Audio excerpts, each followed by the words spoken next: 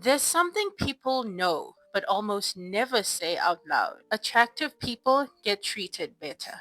Not sometimes, not occasionally, but often. And what's even more interesting is that the people who understand this benefit from it more than the people who complain about it. Because this isn't just about looks, it's about perception, it's about influence, it's about access. And honestly, it's more powerful than people are comfortable admitting. Hi, it's Ulrit. There's a reason why beauty has held power across every culture, every era, every class. And it's not just because people like pretty things, it's because we trust them more.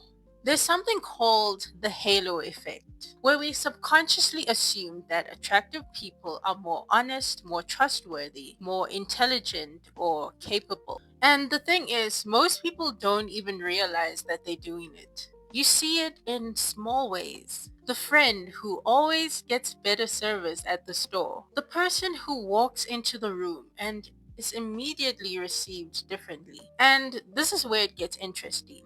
People often think pretty privilege is about attention. It's not. It's about ease. Attraction doesn't just get you noticed, it softens how people respond to you. You can say the same thing as someone else and it lands differently. You can make the same mistake and it's forgiven faster. You can even ask for the same opportunity and it feels like less of a risk to give it to you. And honestly, that's where the real advantage lies. Because over time, those small differences compound. They turn into better networking, more opportunities, stronger first impressions. And it doesn't feel obvious in the moment, but over years, it adds up. And here's the part that people don't like to admit. Attractive people know they are attractive. They are under no illusion whatsoever. They know it and they use it. Not in a manipulative way, as some might think, but in an intentional way. Because if you've seen how differently people treat you when you look put together versus how they treat you when you don't, it is foolish to not notice the difference. And this is something that we need to talk about more honestly. Putting effort into your appearance is not vanity, it is self awareness. There's this idea that caring about how you look is shallow, but realistically, it's the most immediate way that people interact with you. Before you speak, before you say a word, before you explain yourself, before you even show your personality, people have already decided something about you. And if that's the case, why wouldn't you want to take control of that? Presentation is communication, and people who understand that operate way differently. Have you ever noticed that the people who are already considered attractive tend to put in the most effort? And it seems counterintuitive at first, right? Like, they're already attractive. Why do they bother? But that's exactly why they do. They bother because they understand the return. They see what happens when they lean into it. And more importantly than that, they've seen what happens when they don't. And this is where it becomes less about insecurity and more about strategy. And honestly, if you want to see pretty privilege in its most obvious form, you don't have to look very far. Just open your phone. Because social media didn't create pretty privilege, it just made it more obvious. And more than that, it made it measurable. You see it in views, engagement, and how quickly someone might grow. And I think this is where the conversation sometimes gets overly simplified, okay? Because people tend to fall in either two extremes. They either say, oh, it's just the algorithm, it's just hard work, or they say, it's just looks. And realistically, it's neither of those on their own. It's actually both. Because if you look at content creators who are doing well, especially in beauty and lifestyle, yes, they are attractive, but they're also intentional about a few things. Like, they are intentional with their lighting, they're consistent with how they show up, and they are very aware of lighting, styling, angles, and presentation. They're not just existing on camera, they are presenting themselves, and that's a skill. And this is where attractiveness becomes more of an advantage. advantage, not a shortcut. Because attractiveness helps you get attention, but it doesn't help you sustain it. You still have to film, you still have to edit, you still have to think about your content, you still have to post it, you still have to understand your audience. And if you don't do those things well, then people just don't stay. Attractiveness can make the entry point much easier. People are more likely to stop scrolling, watch a little longer, and just give you a chance. And that second of attention is what the algorithm responds to. And this is where perception really comes into play because people don't just react to content, they interpret the person in the content. The same delivery can feel confident versus arrogant, effortless versus trying too hard, and relatable versus dismissive. And that interpretation is influenced, at least by part, by how someone looks and how someone presents themselves. And I think a more honest way to look at this is that attractiveness doesn't replace effort.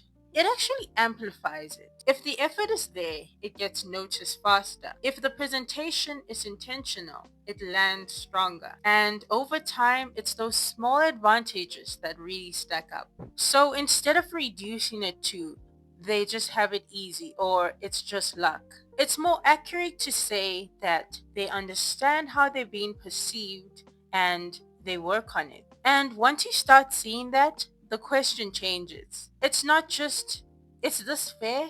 But it becomes, what do I do with this information? Because once you understand that pretty privilege truly does exist, and the perception that comes with it matters. The next step is not to feel uncomfortable about it, but rather to decide what are you going to do with it. And this is where a lot of people hesitate. They associate appearance with being fake or shallow or being overly focused on looks. But that's not it. It's being aware. Because whether you participate in it or not, perception is still happening. People are still forming impressions. They are still deciding how they feel and what they think about you before you even say a word. So the question becomes, do I leave that up to chance or do I take advantage of it? Do I take control of it? Now, this is key.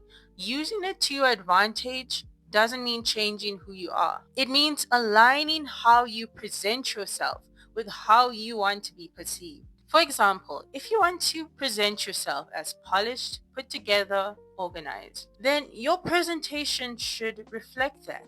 It doesn't have to be perfect, but it has to be consistent. And this is where the small things start to matter more than most people would think. And I'm not talking about dramatic transformations. I'm talking about little details. Just little details like knowing which hairstyles suit your face shape the best, or knowing which colors and tones suit you and complement your skin, what clothes to wear, what style of clothes, and also how you carry yourself.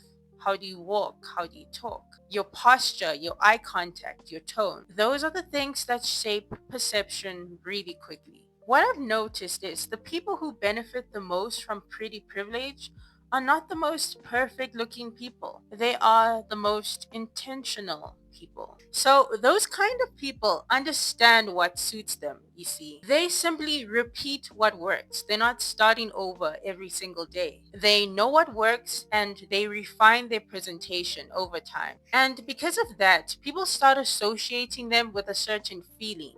And over time, the feeling you get from seeing them or being around them, that becomes their presentation. That becomes a part of their presence. And this applies both offline and online because once people perceive you in a certain way, they respond to you based on that perception. And another part of that is consistency. One day of looking put together doesn't do much, but doing it consistently 7 days a week, that makes a difference. It's about building identity. This is where daily routines come in. It's not about making your life more complicated because of looks. It's about building it into your daily routine in a way that's both sustainable and enjoyable and beneficial to your overall well-being, because identity is what people really remember. Things like putting effort, like wash day routines. That's taking care of your hair. That alone enhances your look so much more. Things like taking better care of your skin, skincare routines, those can be done daily. The better you take care of your skin, the less effort you have to put every day in terms of makeup, even or accessories, because your skin is already a beautiful canvas that you've taken care of each and every single day. Now, this doesn't mean that you have to look polished over time, or you can't be relaxed, or you suddenly can't be casual anymore. But even that can be intentional, because there's a big difference between effortless and unintentional. And most people can't really tell the difference between this. The real shift actually happens mentally. You stop thinking, I hope people perceive me well, or I hope I look good. Rather, the switch changes to, I know the effort that I put into how I look. I know how I'm being perceived, and this is how I choose to show up. This is how I choose to represent myself. Because that's where you build a quiet confidence. The confident people don't necessarily have to be the loudest in the room. It's less about proving something and more about being deliberate. And that's where pretty privilege becomes less of a mystery or a negative thing and more of a tool. When you start looking at pretty privilege that way, you realize that it is not a tool for just looks. It is a tool for perception and awareness. Let's be clear. This isn't saying that beauty is everything, but ignoring its impact, that has consequences too. When you dismiss the role that attractiveness plays, you miss the opportunities to present yourself more effectively. You might undervalue your presentation. You might misinterpret social feedback. You might feel confused about unequal treatment or assume effort doesn't matter when it actually does. And that's where I think confusion builds the most. It's not because the system is unfair. It's because it wasn't fully understood. And this is important. Using your appearance to your advantage is not chasing perfection. It doesn't mean you're chasing perfection. It means you are being intentional. It means asking the question, how do I want to be perceived? And then the next step is aligning your presentation with that. Attractiveness is not just genetics. It is grooming, styling, energy, your presence when you walk into a space. And the good news is, those things are within your control. Once you understand how perception works, you can choose how to fully participate in it. And honestly, it's more empowering than limiting. Instead of feeling like things just happen to you socially, you start to see patterns. And once you see those patterns, you can use them. Attractiveness will always influence how people see you. And that's not new, okay? That is not new. But what is new is how honest are we willing to be about it? Because the people who understand this benefit from it quietly every single day. And the people who ignore it, well, they often don't realize what they're leaving on the table. And if this is your kind of conversation, I think you'll enjoy the next one.